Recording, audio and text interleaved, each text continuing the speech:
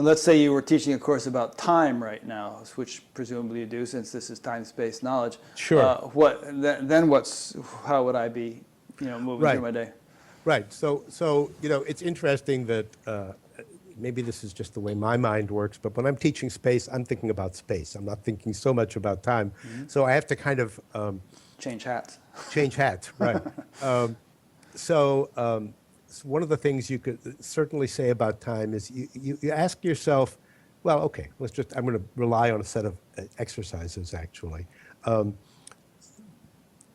In the same way that you'd become aware of space by looking, say, at the edges of objects and the distances that separate objects, you become aware of time by noticing how we relate to the past and the present and the future. And you'd say, how much of the time are we actually in the present? How much of the time are we in the past? How much of the time are we in the future? And then you might want to question the relationship among past and present and future. And say, okay, the past is always behind us, the future is always up ahead.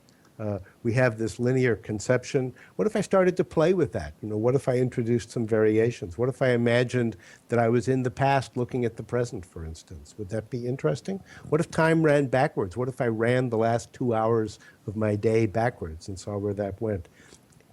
I think you can see it's meant to be playful. Yeah.